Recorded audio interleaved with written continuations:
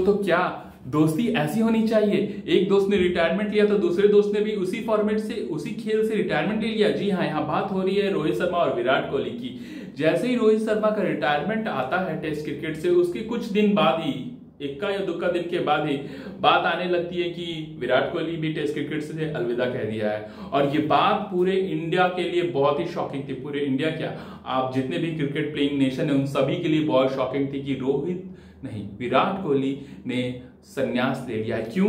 क्योंकि वो अभी अपने प्राइम में ही है। उनकी फिटनेस अभी भी एक 24-25 उम्र के लड़के के बराबर है। सो जैसे ही उन्होंने ये लिया, ये खलबली मच गई।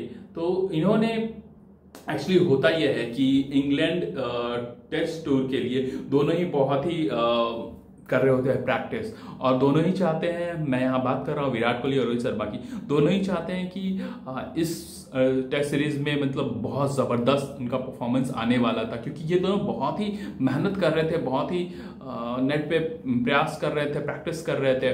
और जहाँ तक कि रोहित शर्मा की बात है, वो भी इस बार बहुत शानदार फॉर्म में आ रहे थे।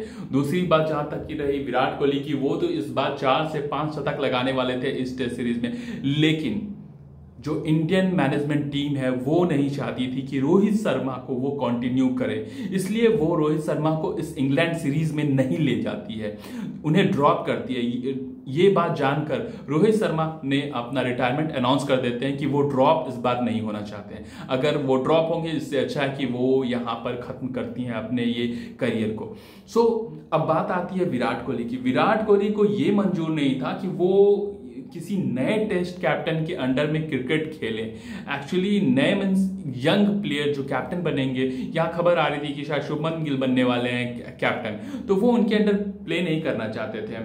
आप एटलीस्ट बुमराह को खिला सकते हो, तो ये शायद अपना इनपुट्स देना चाहते थे इंडियन टीम को, मगर इंडियन टीम ने इनसे इनपुट्स ही नहीं ले रही थी। जो मैनेजमेंट थी वो इनसे इनपुट ही नहीं ले रही थी, इनके साथ डिस्कशन नहीं कर रही थी। अब आप इतने बड़े प्लेयर हो, मीन्स आप अपने नेशन के सबसे बड़े, सबसे बेस्ट टेस्ट कैप्टन रहे और आपकी बात नहीं सुनी जा रही है, तो आपको कैसा फील होगा? ये तो बहुत ही गलत है, क्योंकि जिसने आपको इतना कुछ करके दिया, आपकी टीआरपी दी, आपको एक से एक मैच जिताया, टेस्ट में आपको नंबर 1 बनाया, सब कुछ किया, आप उसको इज्जत नहीं दे रहे हो, आप उसकी बात नहीं सुन रहे हो।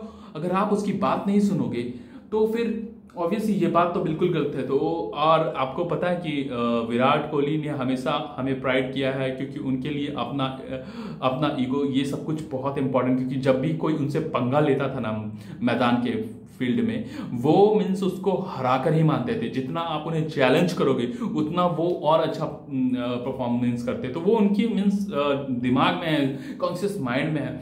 तो फिर उन्होंने देखा कि यहाँ पर उनके साथ कोई अच्छी कम्युनिकेशन नहीं हो रही है। वो मल्टीपल जो भी अध्यक्ष हैं वहाँ उनसे बात किए, राजीव हैं उनसे बात करने की कोशिश, उन्होंने टाइम नहीं दिया, उन्होंने बोला कि अभी वो बिजी हैं। तो ये सब देखने के बाद उन्हें अच्छा नहीं लगा, इंडियन मैनेजमेंट काफ़ी चेंज हो रही थी, तो उन्होंने फिर रिटायरमेंट ले लिया। अब रिटायरमेंट ले लिया तो अल्टीमेटली देखिए, अभी मीन्स कम से कम 4 साल तो मिनिमम आराम से खेल सकते थे विराट कोहली, जिस फॉर्म में है। मीन्स फॉर्म उनका डिप हुआ है, मगर वो कभी भी बैक कर सकते हैं, ऐसे प्लेयर है। लेकिन जिस फिटनेस में है वो आराम से 4 साल खेल सकते हैं। तो आपको कैसी लगी रोहित शर्मा और विराट कोहली की ये कहानी? मीन्स ये दोनों मुझे लग रहा है कि आए साथ और जा भी रहे हैं साथ। भले इन्होंने कहा कि ये दोनों बेस्ट फ्रेंड नहीं हैं एक दूसरे के, लेकिन ये आए साथ ऑलमोस्ट। और इन्होंने T20 से अलविदा कहा साथ, और अब इन्होंने टेस्ट क्रिकेट से साथ अलविदा कहा। मीन्स अब इससे अच्छी दोस्ती क्या कह सकते हैं यार।